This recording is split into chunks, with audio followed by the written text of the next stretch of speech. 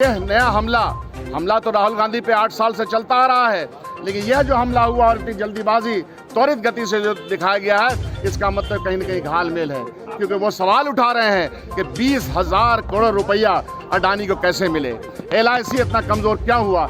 यह प्रश्न करना क्या इस देश में पिछले आज़ादी के पहले का इतिहास और बाद के इतिहास में किसी भी तरह का नैतिक मूल्य पेश नहीं किया। हमने उस दिन भी कहा था विधानसभा में कि जिनके घर शीशे के होते हो वो हाथ में पत्थर नहीं लेके घुमा करते, उनका घर खुद भी शीशे का है। कितने आपको इस तरह की मिसालें मिल जाएंगी जब उन्होंने न्यायपालिका का कभी भी उसका उल्लंघन किया, हमेशा किया। बड़े बड़े एग्जाम्पल इसके हमारे सामने मिल जाए। इसलिए भारतीय जनता पार्टी का जवाब नहीं देना है, अब तो जनता सड़क पे है।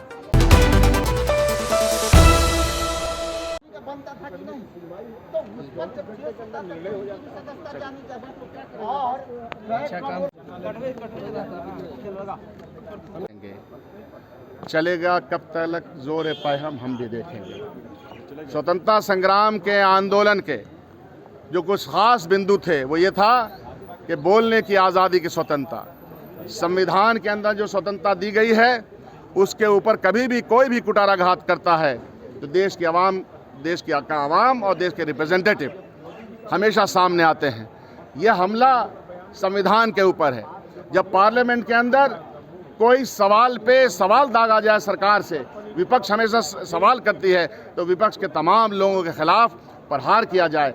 यह नया हमला तो राहुल गांधी पे 8 साल से चलता आ रहा है, लेकिन यह जो हमला हुआ और इतनी जल्दीबाजी त्वरित गति से जो दिखाया गया है, इसका मतलब कहीं न कहीं घालमेल है। क्योंकि वो सवाल उठा रहे हैं कि 20,000 करोड़ रुपया अडानी को कैसे मिले, LIC इतना कमजोर क्या हुआ।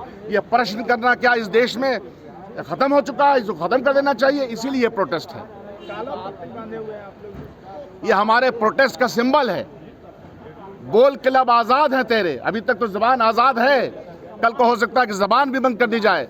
तो काला पट्टी सिंबल हुआ करता है कि हम सिंबॉलिकली विधानसभा के अंदर तमाम महागठबंधन के MLA वहाँ जा रहे हैं ताकि ये आवाज़ दिल्ली तक पहुँचे। भारतीय जनता पार्टी की जो वैचारिक सोच है उनको ये बदलना पड़ेगा इस देश में। यह देश समानता के आधार पर, समता के आधार पर, एक दूसरे से प्यार और मोहब्बत के आधार पर चला है और बेईमानों के खिलाफ संघर्ष हुआ है और होता रहेगा।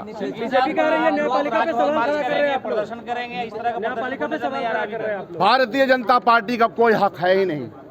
भारतीय जनता पार्टी ने पिछले आज़ादी के पहले का इतिहास और बाद के इतिहास में किसी भी तरह का नैतिक मूल्य पेश नहीं किया। हमने उस दिन भी कहा था विधानसभा में कि जिनके घर शीशे के होते हो वो हाथ में पत्थर नहीं लेके घुमा करते, उनका घर खुद भी शीशे का है। कितने आपको इस तरह की मिसालें मिल जाएंगी जब उन्होंने न्यायपालिका का कभी भी उसका उल्लंघन किया, हमेशा किया। बड़े बड़े एग्जाम्पल इसके हमारे सामने मिल जाए। इसलिए भारतीय जनता पार्टी का जवाब नहीं देना है, अब तो जनता सड़क पे है। अडानी मामले में सर भाजपा चुप क्यों हो, क्या लगता है? क्यों, यही तो घालमेल है, यही तो तालमेल है, यही तो मोहब्बत और प्रेम है। इसी का तो सवाल उठा रहे थे। एग्जाम्पल के साथ, मिसाल के साथ जब ये मिसाल दिया गया तो यह इस तरह का प्रहार राहुल गांधी पे हुआ और तमाम विपक्ष के लोग तैयार हैं इसके लिए। ये हमले उन पर और बढ़ेंगे।